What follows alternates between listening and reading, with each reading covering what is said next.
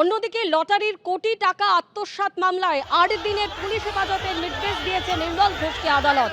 এই নির্মল ঘোষের বিরুদ্ধে লটারির কোটি টাকা আত্মসাতের অভিযোগ ওঠে। আরজিকর মামলাতে অভিযুক্ত পানিহাটির প্রাক্তন তৃণমূল বিধায়ক নির্মল ঘোষ। প্রমাণ লোপাটে তড়িঘড়ি অভয়ের দেহ সৎকারের অভিযোগ। নির্মল ঘোষ ধরা পড়তেই জালে পড়ে তার সাগরেদ সঞ্জীব মুখোপাধ্যায়, যদিও এখনও অধরা সোমনাথ দে। উড়িষ্যার বালেশ্বর থেকে গ্রেপ্তার করা হয় নির্মল ঘোষকে, অন্যদিকে খড়দা থেকে গ্রেপ্তার করা হয় সঞ্জীব মুখোপাধ্যায়কে। কিন্তু কোথায় অপারেশন শ্মশানের আরেক অভিযুক্ত তৃণমূলের সোমনাথ দে? থানা থেকে বের করতেই জনরোষের মুখে নির্মল ঘোষ।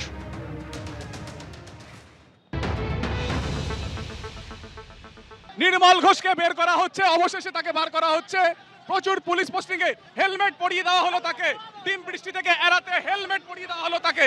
ডিম বৃষ্টি করা হচ্ছে এবং সেই ডিম বৃষ্টি থেকে বাঁচতে কিন্তু দেখা যাচ্ছে যে হেলমেট পরিয়ে দেওয়া হয়েছে, বাইকের হেলমেট পরিয়ে অবশেষে তোলা হলো, কালো রঙের বাইকের হেলমেট পরিয়ে তাকে তোলা হলো।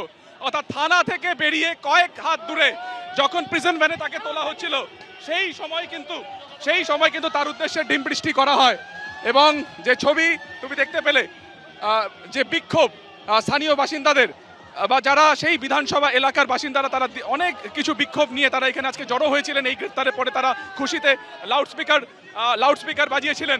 সেই জায়গা থেকে কিন্তু একটা আশঙ্কা ছিল যে তাকে উদ্দেশ্য করে সেখানে কিন্তু হবে। আমরা দেখতে পাচ্ছি জুতো হাতে দেখানো হচ্ছে। অত্যাচারী নির্মল ঘোষ আজ অত্যাচার চালিয়ে যাচ্ছে 30 বছর ধরে, এবং অভয়া যিনি ডাক্তার পর মারা গেছিল তার মা বাবাকে শেষ দেখাটাও দেখতে দেয়নি, তাই এই খুনিকে আমরা জুতো দিয়ে মারলাম। হেলমেট পরিয়ে দেওয়া হলো এই ডিম বৃষ্টি থেকে বাঁচতে, কিন্তু তারপরও কিন্তু সেই ডিম বৃষ্টি কোনোভাবে আটকানো সম্ভব হয়নি। বিক্ষোভে ফেটে পড়েন স্থানীয় বাসিন্দারা। কেউ একজনকে আমরা দেখতে পেলাম যে জুতো নিয়ে এসেছিলেন এবং তার সেটা স্পষ্ট বক্তব্য যে তিনি দীর্ঘদিন ধরে অত্যাচারিত। এবং তারপরে দেখা গেল যে এই ক্ষোভের মাঝখানে কিন্তু তাকে এখান থেকে বার করে, থানা থেকে বের করে এখান থেকে প্রিজন ভ্যানে তাকে আদালতের উদ্দেশ্যে নিয়ে যাওয়া হয়েছে। এই মুহূর্তে নির্মল ঘোষকে কোর্ট লকআপে নিয়ে যাওয়া হচ্ছে ব্যারাকপুর মহকুমা আদালত চত্বরে। তাকে নামানো হয়েছে।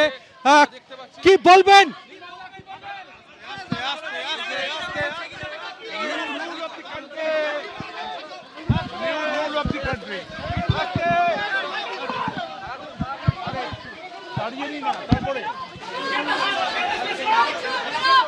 উনি বাংলার কলঙ্ক। এই মুহূর্তে কোর্ট লকআপে নিয়ে আসা হয়েছে নির্মল ঘোষকে। প্রাক্তন তৃণমূল বিধায়ক নির্মল ঘোষ এবং প্রাক্তন কাউন্সিলর সঞ্জীব মুখোপাধ্যায়, যাদেরকে আজকে আদালতে তোলা হয় এবং দুটি মামলায় পুলিশ হেফাজত এবং একটি মামলায় জেল হেফাজতের নির্দেশ দিয়েছে আদালত।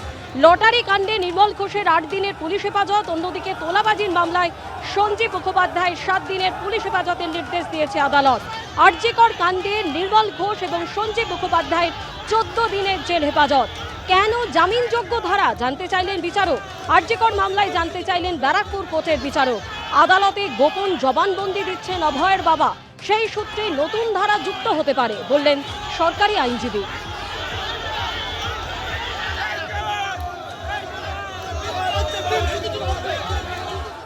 সঞ্জীব মুখোপাধ্যায়ের ওই যে মামলায় তোলা হয়েছিল সেই মামলায় 14 দিনের জেল হেফাজত হয়েছে। আর ঘটনাচক্রেও সেটা হচ্ছে গিয়ে 432 নম্বর খড়দা থানার একটি মামলা, যেটা 10 তারিখে হয়েছে। সেই মামলাতে ওনাকে 14 দিনের জেল হেফাজত পুলিশ দিয়েছে, মানে এসিজেএম ব্যারাকপুর আদালত দিয়েছে।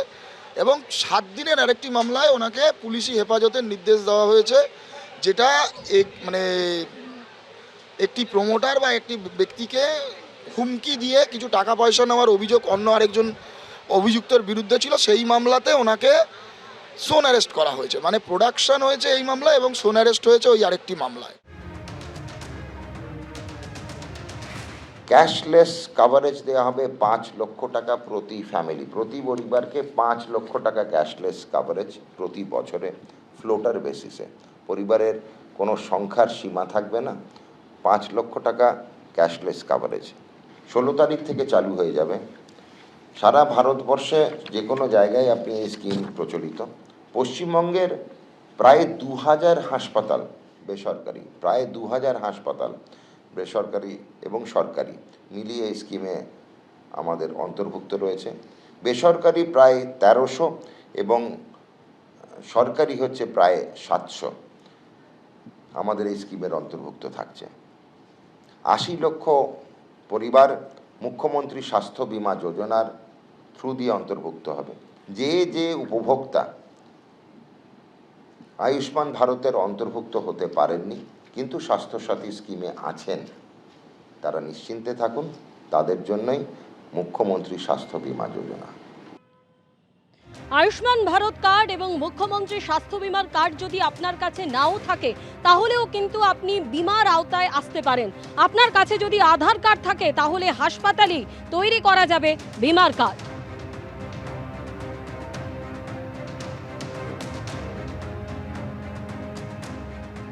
এবিপি আনন্দ, এগিয়ে থাকে, এগিয়ে রাখে।